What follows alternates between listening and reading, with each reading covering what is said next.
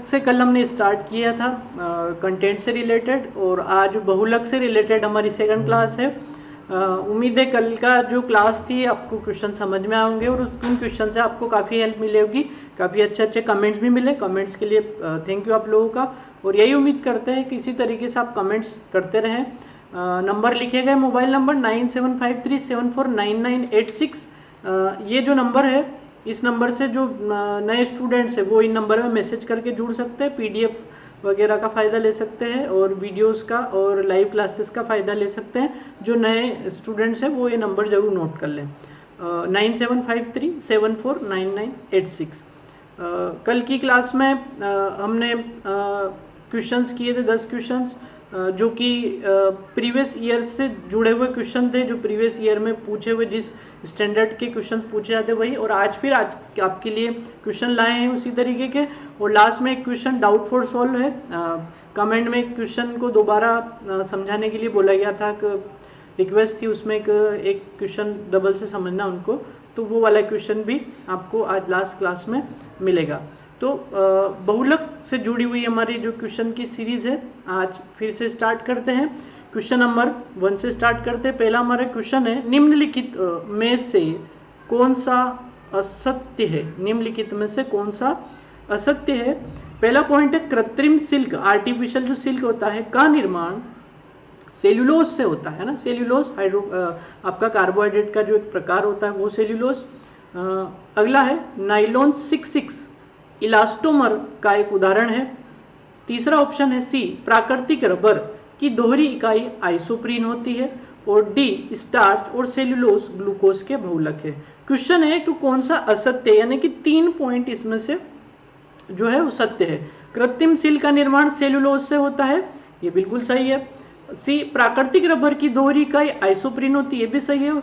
और जो चौथा है, स्टार्च और सेल्यूलोज ग्लूकोज के बहुलक है, बिल्कुल सही है। ग्लूकोज कार्बोहाइड्रेट और उसके स्टार्च और सेल्यूलोज जो है इस ग्लूकोज से बनते हैं, मतलब ये ग्लूकोज आपका मोनोमर होगा, एक अलग इकाई होगी और इससे मिलकर स्टार्च और सेल्यूलोज बनेंगे।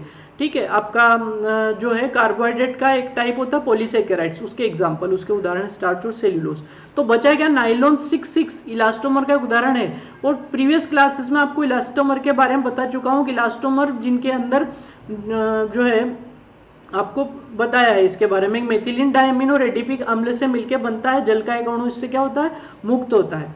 तो ये वाला पॉइंट गलत है, नाइलॉन 66 इलास्टोमर का एक उदाहरण है, ये गलत है। क्योंकि इलास्टोमर में आपको बताया गया था कि ये इलास्टोमर है, एक तरीके से रबर की श्रेणी में आता है ना। इलास्टोमर के अंदर जो आने वाले बहुलक है वो रबर की श्रेणी में आते हैं, क्योंकि उनमें प्रत्यास्थता, इलास्टिसिटी का गुण मौजूद होता है। क्यों होता है? क्योंकि जिन अणुओं से मिलकर बने हैं उनके बीच में जो है कमजोर बंध, वीक वांडरवाल्स फोर्स, ठीक है, कमजोर वांडरवाल बल इनके अंदर होता है, इस वजह से ये कमजोर होते हैं इनके बीच के बंध और ये आसानी से एक दूसरे से दूर जा सकते हैं, इसलिए इलास्टिसिटी का गुण इनके अंदर होता है। और नाइलॉन 66 एक रबर का एग्जाम्पल नहीं है, इसलिए ये जो आपका पॉइंट है इस क्वेश्चन का सही आंसर है नाइलॉन 66 इलास्टोमर का एक उदाहरण है, नहीं है ऐसा।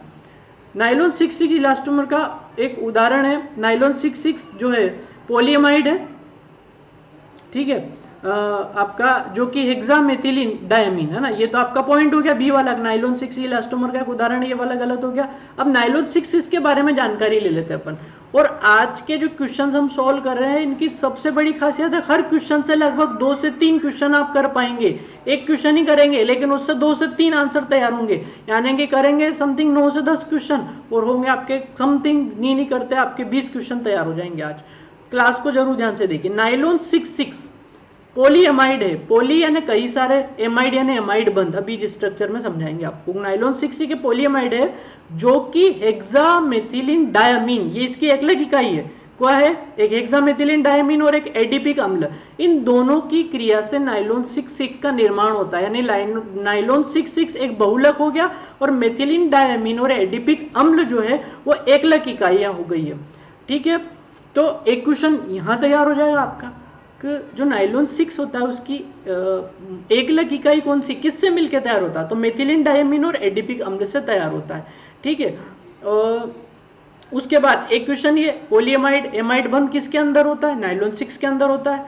तो ये जब क्रिया होगी मिथाइलिन डायमीन और एडिपिक अम्ल की, तो जल का एक अणु, वाटर का एक मॉलिक्यूल इसमें से बाहर निकल जाएगा और ये संघनन बहुलक का उदाहरण है। एक क्वेश्चन यहाँ से बन सकता है आपका, संघनन बहुलक का उदाहरण नाइलॉन 6,6। अब ये एग्जाम्पल आपका जो इक्वेशन यहाँ पे दी हुई है,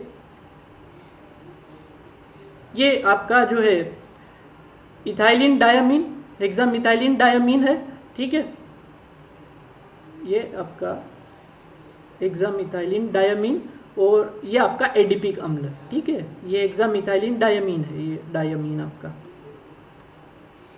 और ये आपका एडिपिक अम्ल। तो ये डायमीन और एडिपिक अम्ल ये दोनों 525 केल्विन टेम्परेचर पर क्रिया करके जल का एक अणु मुक्त होगा और ये आपकी तैयार होगी नाइलॉन। अभी एक बात आई थी पोलीएमाइड, अब इस चीज को ध्यान से समझिएगा, ये रहा पोलीएमाइड, एमाइड आपका CONH जो बंद होता है, CONH ये होता है आपका एमाइड, एमाइड ग्रुप, ठीक है। तो ये एमाइड बंद है और पॉली, कई सारे ऐसे कई सारी सीरीज, लंबी लंबी सीरीज बनेगी तो उसमें कई सारे एमाइड आ जाएंगे, तो ये पोलीएमाइड आपका तैयार हो जाएगा। तो ये चीज जरूर ध्यान रखिए। तो इस एक क्वेश्चन से आपके 2-3 क्वेश्चन तैयार हो गए। नाइलॉन 6,6 पॉलीएमाइड है, हेक्सामिथिलीन डायमीन एडिपिक अम्ल से बनता है, जल का एक अणु बाहर निकलता है और संघनन बहुलक का ये एक उदाहरण है। आते दूसरे क्वेश्चन पे, निम्नलिखित में से कौन सा कथन निम्न घनत्व पॉलीथीन के बारे में असत्य है? कौन सा कथन है जो निम्न घनत्व पॉलीथीन, लो डेंसिटी पॉलीथीन के बारे में गलत है, असत्य है? इसके पहला ऑप्शन है इसके निर्माण के लिए अत्यधिक दाब होना चाहिए, दूसरा ऑप्शन है विद्युत का कुचालक है, तीसरा है इसके निर्माण के लिए उत्प्रेरक के रूप में हमें ऑक्सीजन या परोक्साइड इनिशिएटर के रूप में, यानी कि शुरुआत करने वाला जो प्रारंभिक चरण होता है उसके रूप में हमको आवश्यक होता है, और आखिरी ऑप्शन है कि ये जो है लो डेंसिटी जो पॉलीथीन है, पॉलीमर है, इसका निर्माण बाल्टियां और डस्टबिन बनाने में होता है। पूछा है उसने असत्य क्या है, किसके बारे में? निम्न घनत्व पॉलीथीन के बारे में।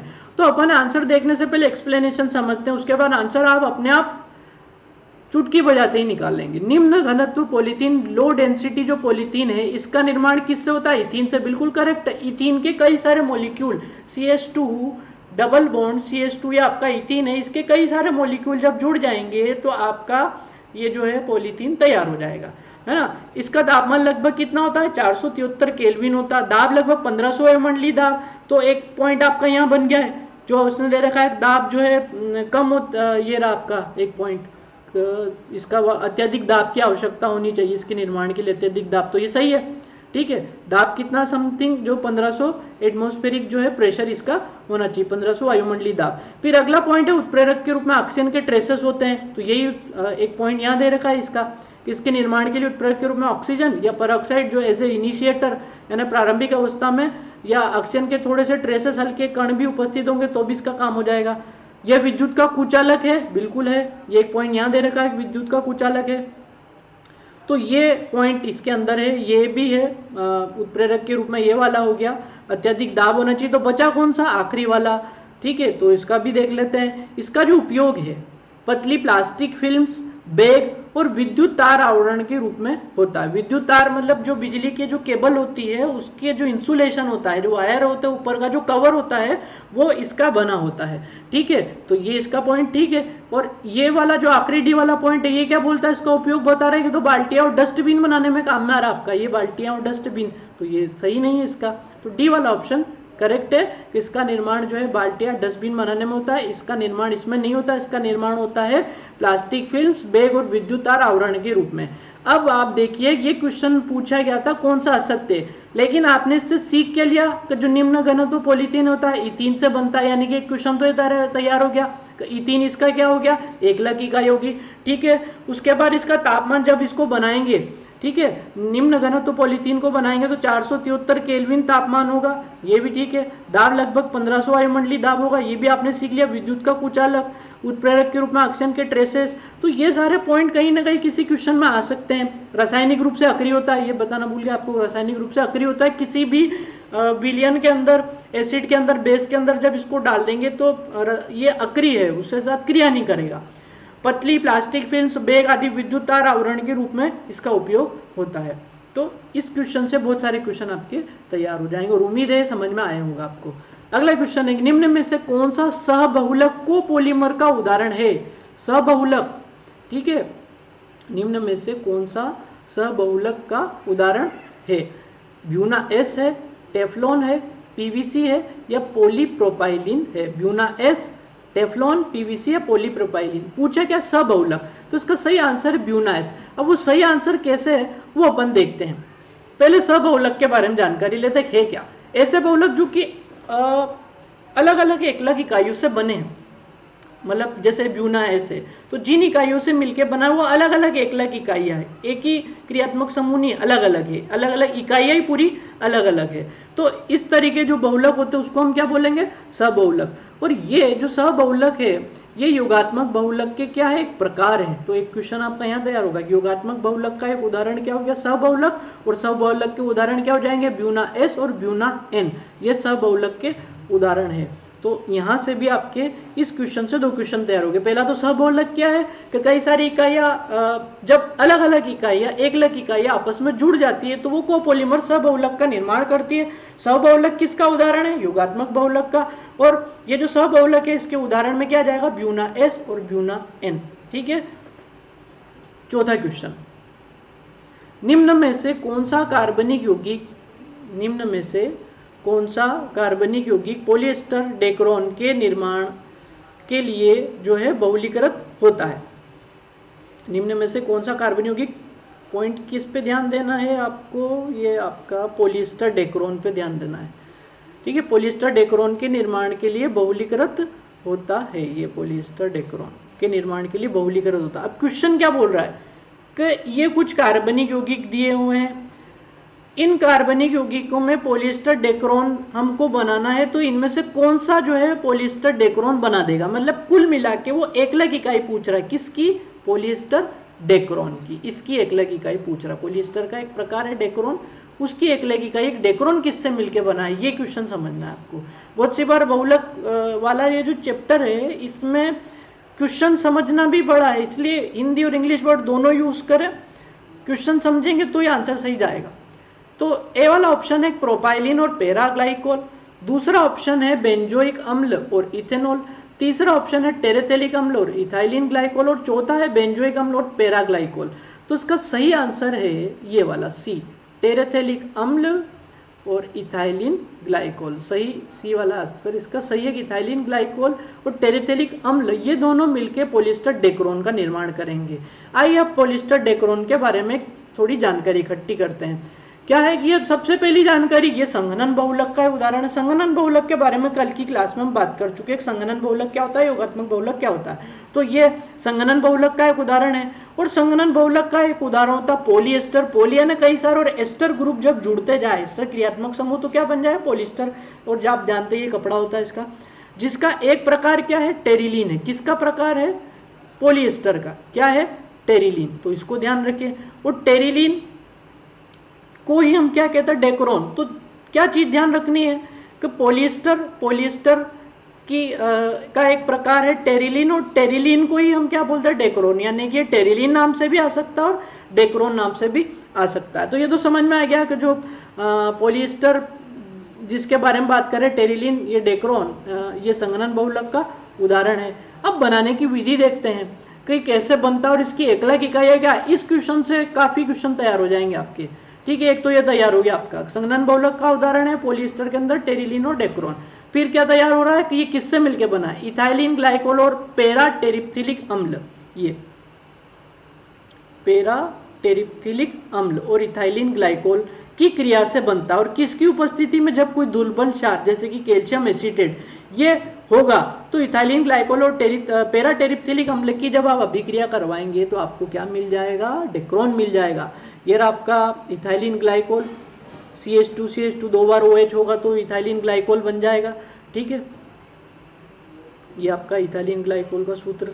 ठीक है, और ये आपका टेरिथिलिक अम्ल बेंजीन रिंग के साथ COH ग्रुप, दोनों तरफ COH ग्रुप। आसान है, थोड़ा स्ट्रक्चर देखने में जटिल लगता है, बनाइएगा आप घर पे, है ना। ये बेंजीन रिंग, दोनों तरफ COH मतलब एसिड ग्रुप जोड़ दीजिए तो टेरिप्थिलिक अम्ल तैयार हो जाएगा। जल का अणु बाहर हो रहा है और N लगा मतलब नंबर ऑफ वाटर मॉलिक्यूल्स काफी सारे हो सकते हैं। टेम्परेचर 425 से 475 केल्विन, तो ये आपका डेक्रोन तैयार हो गया। तो एक ये तैयार हो गया आपका स्ट्रक्चर। क्वेश्चन कैसे पूछ सकते हैं? स्ट्रक्चर देके पूछ सकते हैं, इसकी एकलक इकाई बताइए। हो सकता है इनमें से स्ट्रक्चर ये दे दे एक सही ऑप्शन में।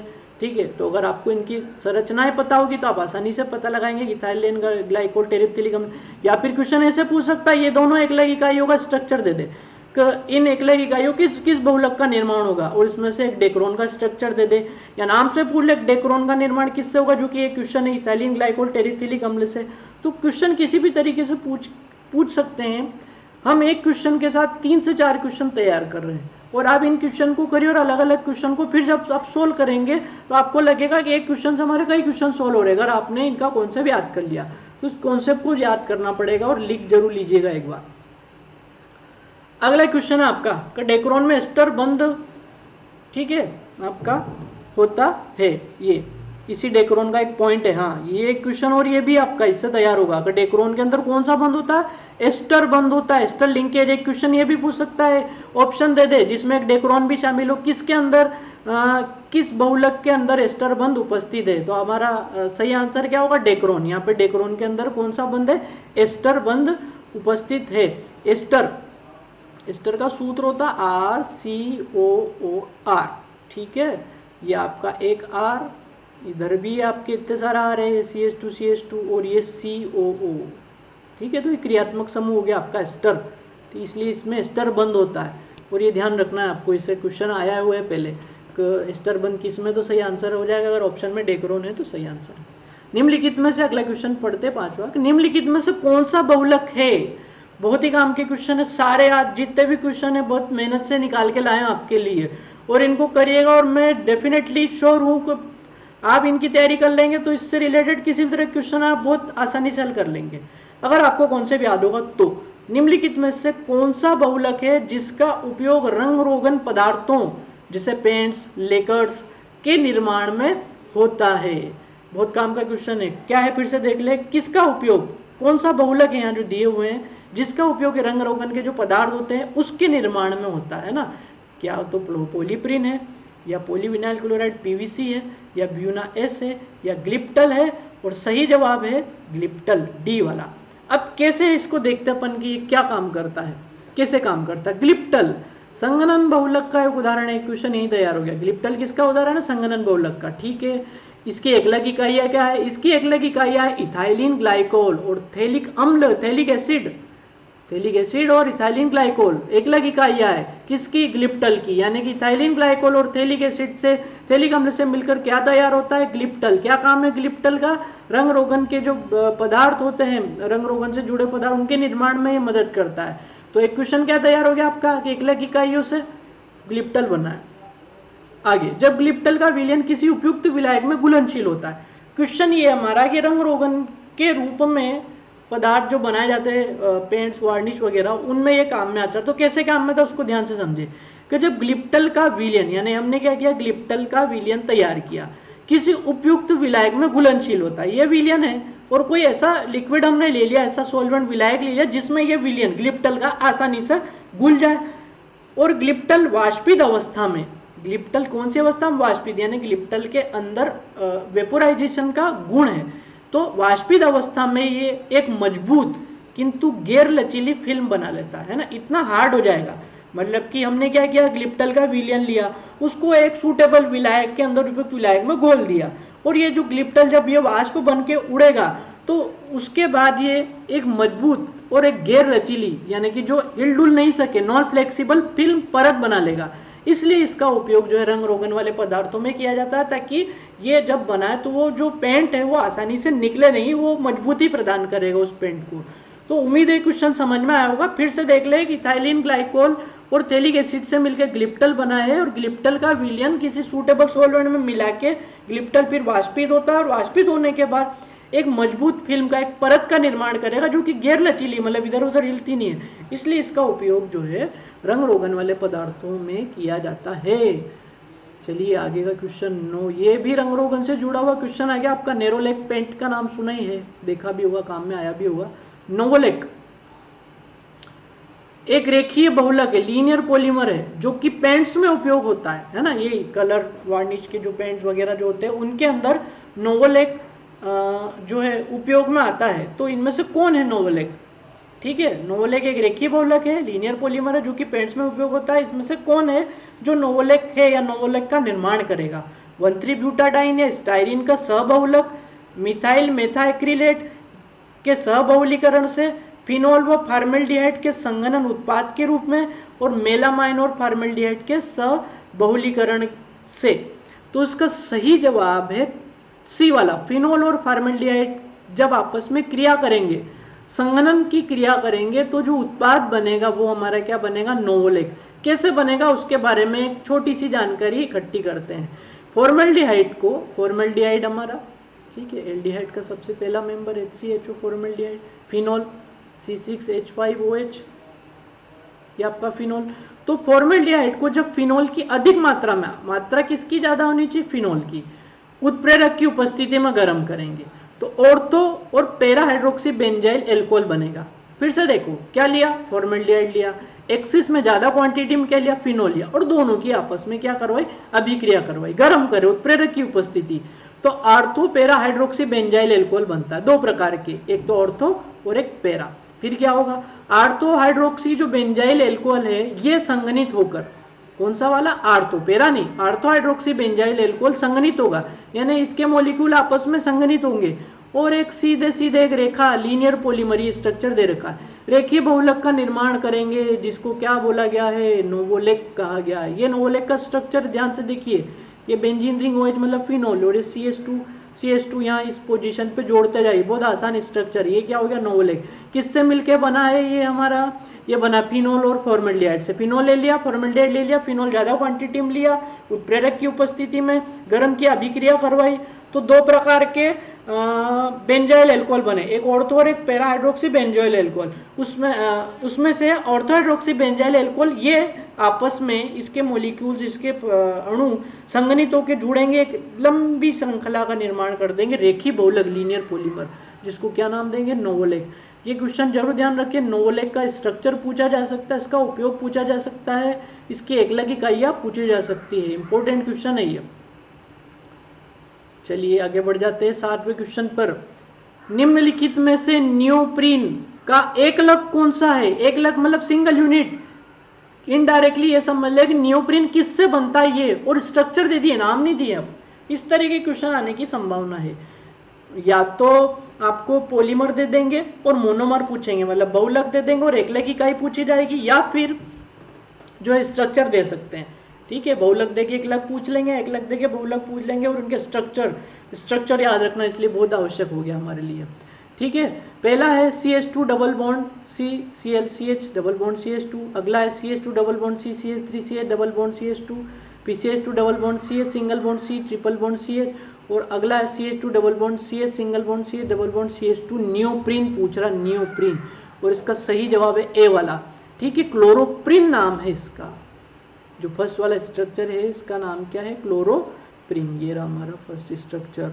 ठीक है, पहले इसका नाम अगर अपन IUPAC में करें तो 1 2 3 और 4, चौथे कार्बन पे क्लोरीन है, तो सॉरी थर्ड कार्बन पे क्लोरीन है तो 3 क्लोरो,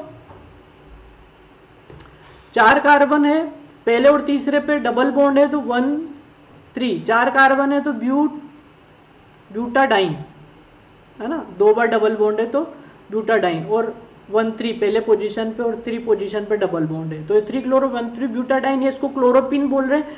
इससे हमारे नियोप्रीन का निर्माण होगा, इस संरचना से। ये संरचना देख लीजिए आप, CH2 double bond CCl 2 chloro buta 1 3 diene. ठीक है,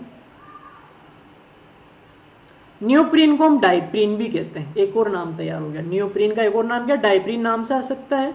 ये पहला कृत्रिम रबर है, हाँ ये पहला ऐसा आर्टिफिशियल रबर है जिसे व्यावसायिक रूप में सबसे ज्यादा क्वांटिटी में अत्यधिक मात्रा में बनाया गया था, सबसे पहला रबर।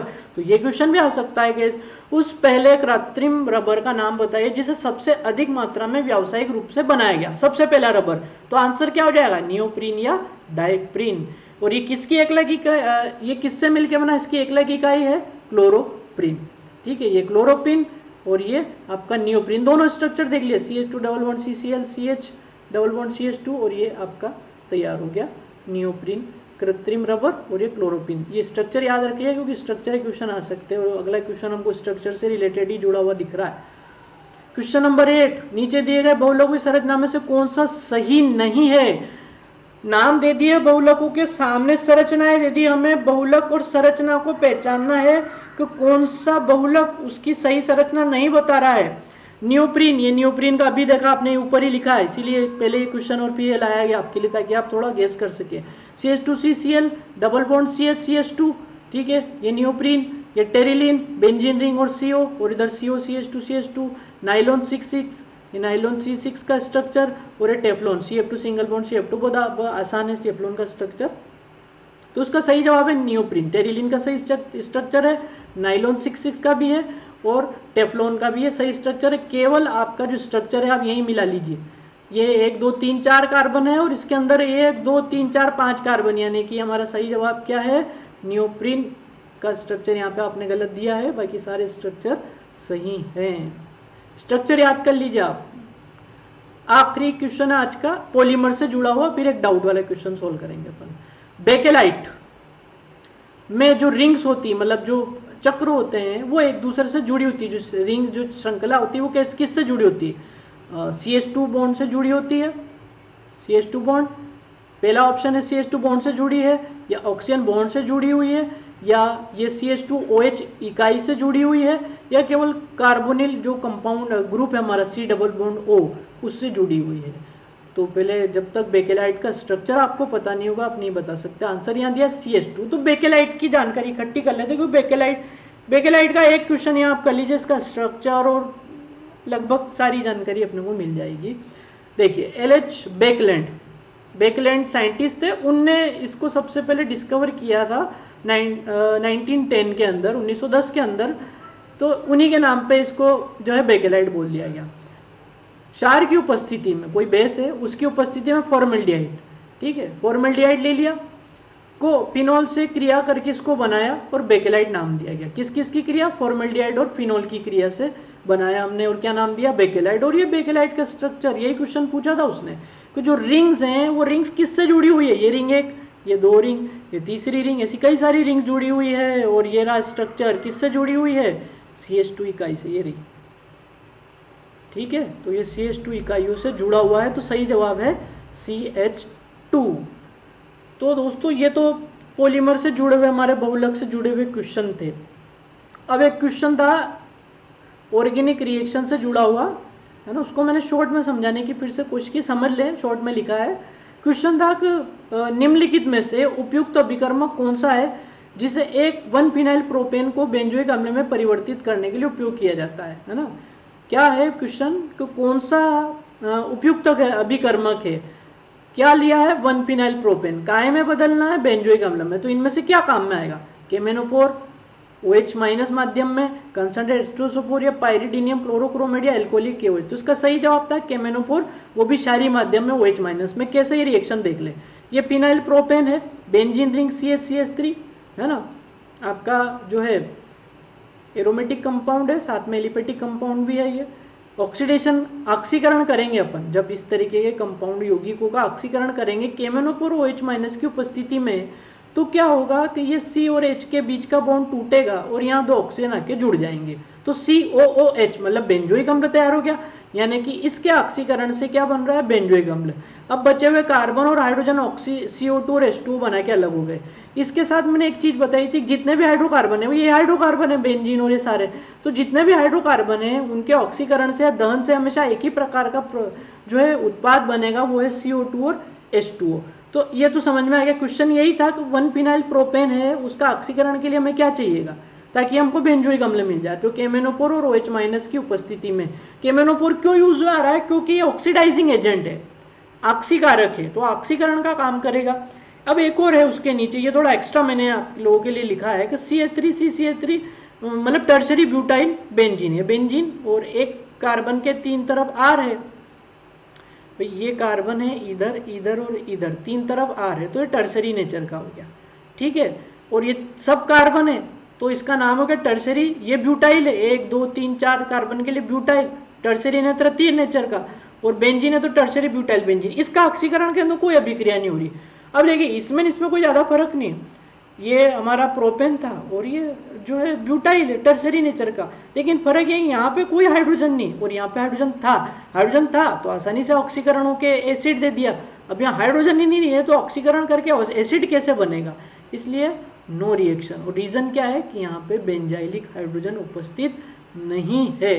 उम्मीद है अब ये क्वेश्चन समझ में आ गया होगा और आज की क्लास के जो पॉलीमर से रिलेटेड जो क्वेश्चन थे वो आपके समझ में होंगे।